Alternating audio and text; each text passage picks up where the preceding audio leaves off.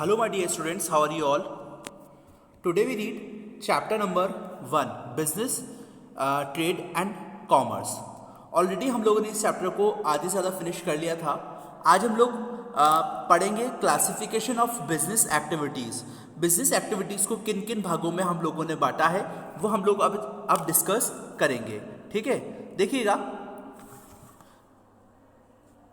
Classification of business activities. Various business activities may be classified into two broad categories. अलग अलग प्रकार की जो बिजनेस एक्टिविटीज़ होती हैं उसको हम लोगों ने दो बड़ी बड़ी कैटेगरीज के अंदर डिवाइड किया है. पहला है इंडस्ट्रीज, दूसरा है कॉमर्स. इंडस्ट्रीज जो है वो उसको हम लोग कंसर्न करते हैं विद द प्रोडक्शन और इवेंट. इंडस्ट्रीज में ज़्यादातर क्या होता है? प्रोडक्शन होता है. कोई भी प्रोडक्ट है उसका प्रोडक्शन होता है. Risk are related with factors, और इसके अंदर जो रिस्क होता है वो एक इंपॉर्टेंट फैक्टर होता है. Like changes in consumer taste and fashion, changes in method to of production, strike और lockout at workplace, increase competition in market, fire, theft, accident, natural calamities, etc. No business can altogether do away with risk. Processing of foods and materials, commerce includes all those activities. इन सारी activities के अंदर goods और materials भी commerce के अंदर include किए जाते हैं. सारी एक्टिविटी कॉमर्स के अंदर इंक्लूड की जाती है. Which are necessary for facilitating the exchange of goods and services. On the exchange of goods and services, इस सभी चीज़ों के लिए ज़रूरी होता है कि एक्सचेंज की जाए गुड्स को या फिर सर्विसेज को. ये ऑलरेडी मैंने आप लोगों को बता दिया था.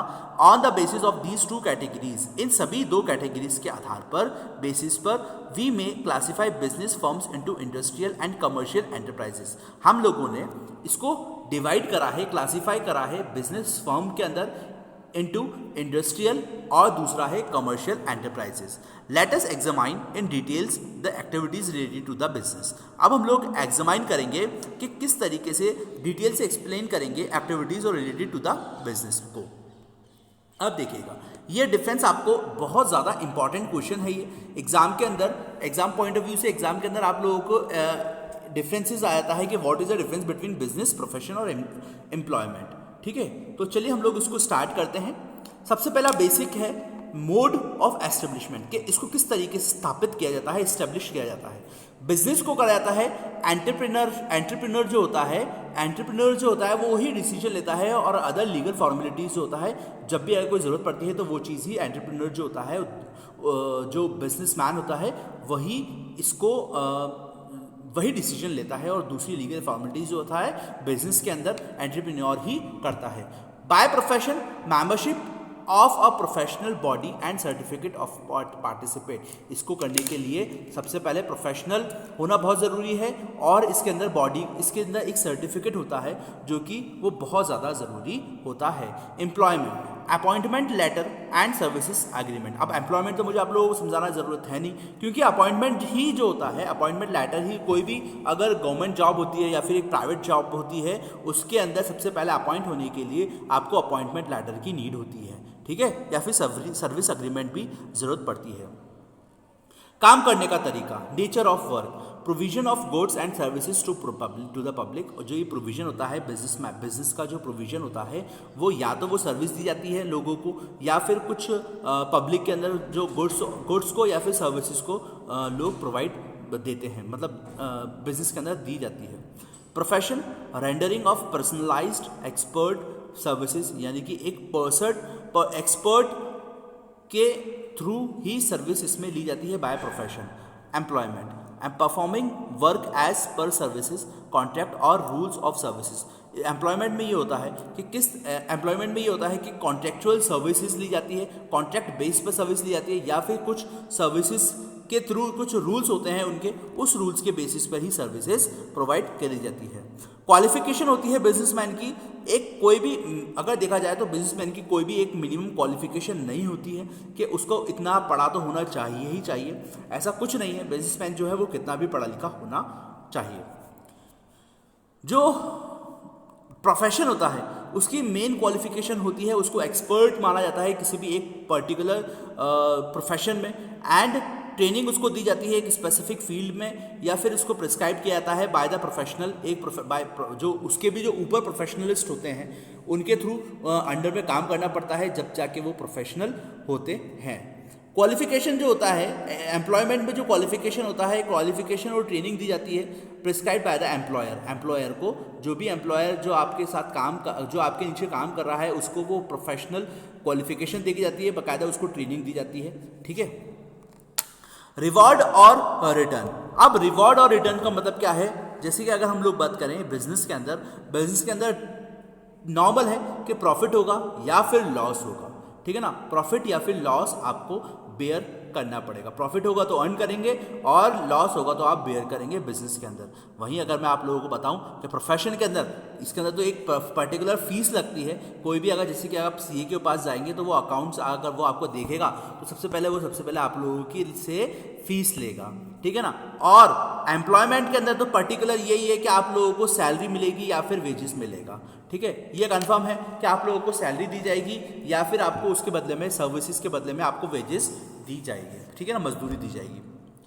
कैपिटल इन्वेस्टमेंट, बिजनेसमैन जो होता है उसको एक कैपिटल इन्वेस्टमेंट दिया होता है जिसको एक पर साइज या फिर बिजनेस का नेचर है वो बताता है। जैसे कि अगर मैंने कोई कोचिंग सेंटर खोला है तो मुझे उसके अंदर अलग इन्वेस्टमेंट करना पड़ेगा। यही अगर मैंने कोई एक अगर बहुत बड़ा कंपनी खोली है, ठीक है ना, बहुत बड़ा इन्वेस्ट करा है तो मुझे बहुत बड़ा इन्वेस्टमेंट ही करना पड़ेगा। बहुत बड़ी अगर मैं कंपनी खोलूंगा तो मुझे उसके लिए बहुत ज़्यादा पैसा ज़रूरत पड़ेगा। वहीं अगर मैं बात करूँ बिजनेस की, ठीक है ना, प्रोफेशन की, तो प्रोफेशन क्या होता है? लिमिटेड कैपिटल इसकी ज़रूरत पड़ती है हम लोगों को। ठीक है, इसकी हम लोगों को लिमिटेड कैपिटल की ज़रूरत पड़ेगी और लिमिटेड कैपिटल की हम लोगों को नीड पड़ेगी और नीडेड फॉर एस्टेब्लिशमेंट, ताकि हम लोग उससे सीधा बिजनेस कर सकेंगे। ठीक है ना, लिमिटेड कैपिटल की हम लोगों को ज़रूरत पड़ेगी और उसके बाद हम लोगों को एम्प्लॉयमेंट के अंदर हम लोगों को कोई भी तरीके की कैपिटल नीड नहीं पड़ती है। हम लोगों को कुछ भी नहीं होता है एम्प्लॉयमेंट के अंदर। आपको जो भी अमाउंट है आपके पास वही चीज़ से आपका बिजनेस भी क्लियर हो जाएगा। रिस्क की हम लोग बात करेंगे, बिजनेस के अंदर जो भी कोई प्रॉफिट होगा वो बिजनेसमैन खुद ही बेयर करेगा, खुद ही लेगा, और जो लॉस होगा वो खुद ही बेयर अप करेगा। नेक्स्ट है fee is generally regular and certain some risk. ठीक है ना, और बाय प्रोफेशन जो होती है फीस, इसके अंदर ऐसा होता है कि फीस पर्टिकुलर आपको फीस ही मिलेगी। ठीक है, लेकिन कभी कभार ऐसा होता है कि कोई जो कस्टमर्स होते हैं इन लोगों के बाय प्रोफेशन, ठीक है, कभी कभार वो अपना काम तो करवा लेते हैं लेकिन वो फीस नहीं देते, इसलिए थोड़ी बहुत रिस्क भी इसमें होती है।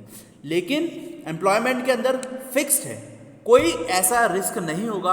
आपको पक्का है कि आपको इतने मंथ एंड के अंदर या मंथ स्टार्टिंग के अंदर आपको सैलरी मिलेगी, या है ना, सैलरी मिलेगी आपको 100%। और ऐसा नहीं होता इसके अंदर कि आपको एक भी दिन की सैलरी आपको पे कट हो जाएगी या फिर आपको नहीं मिलेगी इसके अंदर, इसलिए कोई रिस्क नहीं होती है।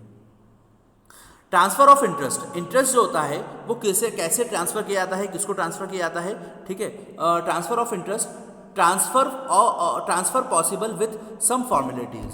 ठीक है, बिजनेस जो होता है ना वो ट्रांसफर कर दिया जाता है कुछ फॉर्मेलिटीज के बेसिस पर। ठीक है, और प्रोफेशन जो है वो ट्रांसफर बिल्कुल भी पॉसिबल नहीं है। हाँ, जैसे कि अगर मैं सपोज करिए मैं सीए हूँ, ठीक है, तो मैं अपना जो सीए प्रोफेशन है वो अपने ब्रदर को या फिर मैं अपने और कज़न ब्रदर को नहीं ट्रांसफ़र कर सकता, क्योंकि ये प्रोफेशन मुझ में ही है। ठीक है, ये क्वालिफिकेशन मुझ में ही है कि मेरी बेसिस के आधार पर ही मैं अपनी प्रोफेशन जो है वो किसी और को ट्रांसफ़र नहीं कर सकता।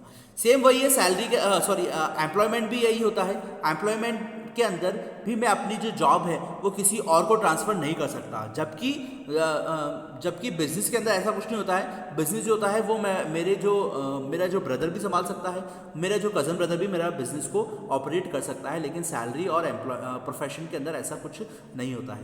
Code of conduct, no code of conduct is prescribed, यानी कि इसके अंदर कुछ भी कोड ऑफ कंडक्ट नहीं होता है, कोई भी बॉन्ड वगैरह नहीं होता है। ठीक है, और प्रोफेशन के अंदर code of conduct to be as followed, यानी कि वो बाय प्रोफेशनल जिस कंपनी में वो काम जिस कंपनी के अंडर में, जिस कंपनी के वो अकाउंट्स होल्डर होता है, अकाउंट्स ऑपरेट कर रहा होता है, तो वो कंपनी चाहे तो वो कोड ऑफ कंडक्ट कर सकती है, नहीं चाहे तो वो नहीं कर सकती, ठीक है ना। लेकिन जो एम्प्लॉयमेंट होता है, norms of behaviour laid down by the employer are to be followed. लेकिन जो एम्प्लॉयमेंट के अंदर ऐसा होता है, अगर आप गवर्नमेंट सर्वेंट्स हो तो आपको कोड ऑफ कंडक्ट होता ही है। अगर आप अपने जॉब पे रहते हुए government servants, as a government servant आप काम कर रहे हो और आपने कुछ इलीगल वर्क कर दिया है, ठीक है, इलीगल वर्क कर दिया है, तो ये कोड ऑफ कंडक्ट होगा कि आपको वहाँ से, उसके अंदर से निकाला भी जा सकता है, ठीक है, और आपको उसके बदले में आपको कुछ फाइन भी पे करना पड़ेगा या फिर आपको जेल भी हो सकती है,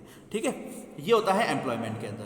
एग्जाम्पल क्या होता है बिजनेस का, या फिर हो सकता है शॉप हो गई या फिर फैक्ट्री हो गई, इसके अंदर आप कुछ भी कर सकते हैं, कैसे भी कर सकते हैं। अपने शॉप को आप कोई भी ऑपरेट कर सकता है, कितना भी प्रॉफिट हो सकता है, कितना भी लॉस हो सकता है, ये सारी की सारी चीज़ें जो है वो बिजनेस के अंदर आती हैं। शॉप हो गई या फिर फैक्ट्री हो गया।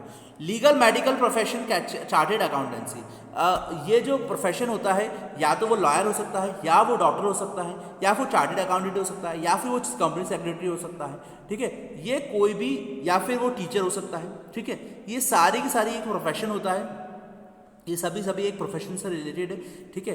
और इसका एग्जांपल है एम्प्लॉयमेंट का, जॉब्स इन बैंक के अंदर कोई जॉब हो गई, रेलवेज के अंदर कोई जॉब हो गई, इंश्योरेंस के अंदर, इंश्योरेंस सेक्टर के अंदर कोई जॉब हो गई, गवर्नमेंट डिपार्टमेंटल के अंदर जो भी कोई जॉब्स होती हैं, वो सारे की सारी एग्जांपल आती है एम्प्लॉयमेंट के अंदर। आई होप आप लोगों को ये पूरा परफॉर्मर याद करना पड़ेगा, आप लोगों को याद भी हो गया होगा। आई थिंक बहुत सारी ऐसी चीज़ें जो मैंने एग्जाम्पल्स के थ्रू आप लोगों को समझाई है, ठीक है ना। मुझे ये पूरा यकीन है कि आप लोगों को शायद ये याद हो गया होगा, ठीक है। इसके बाद हम लोग नेक्स्ट करते हैं इंडस्ट्रीज़ के ऊपर, ठीक है। इंडस्ट्रीज़ पढ़ते हैं अभी हम लोग। Industries refer to economic activities. Industries हम लोग सब जानते हैं इकोनॉमिक एक्टिविटी होती है, यानी कि इसके अंदर से हम लोग अर्न करते हैं, यानी कि प्रॉफिट हम लोग जनरेट करते हैं इंडस्ट्री से, which are connected with conversion of resources into useful goods, जिसको हम लोग कनेक्ट कर सकते हैं कन्वर्जन ऑफ रिसोर्सेज या फिर कुछ यूजफुल गुड्स से। Generally the term industry is use for activities in which mechanical appliances and technical skills are involve.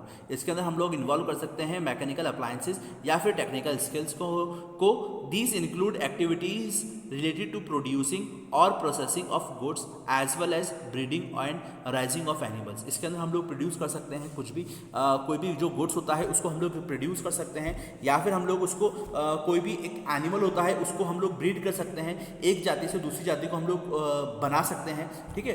The terms industries is also use to mean groups of firms producing similar और related to groups, ठीक है। इसको हम लोग बना सकते हैं, इस इंडस्ट्री से हम लोग रिलेट कर सकते हैं to mean groups of firms, जो फर्म्स होती हैं जो कि प्रोड्यूस करती हैं बाय सिमिलर गुड्स या फिर कुछ रिलेटेड गुड्स को, जैसे कि कॉटन या फिर टेक्सटाइल इंडस्ट्रीज। टेक्सटाइल इंडस्ट्रीज यानी कि कपड़ों की इंडस्ट्रीज जो होती है वो अलग अलग तरह के कपड़ों को बनाती है। All manufacturing units producing textile goods from cotton, यानी कि ज़्यादा सारी जो इंडस्ट्रीज होती है वो मैन्युफैक्चर करती है, प्रोड्यूस करती है टेक्सटाइल को, ये टेक्सटाइल गुड्स को, या कॉटन से, ठीक है ना। कुछ ऐसा होता है ना, जैसे कि कॉटन के कपड़े होते हैं, अलग अलग तरीके के कॉटन के कपड़े होते हैं।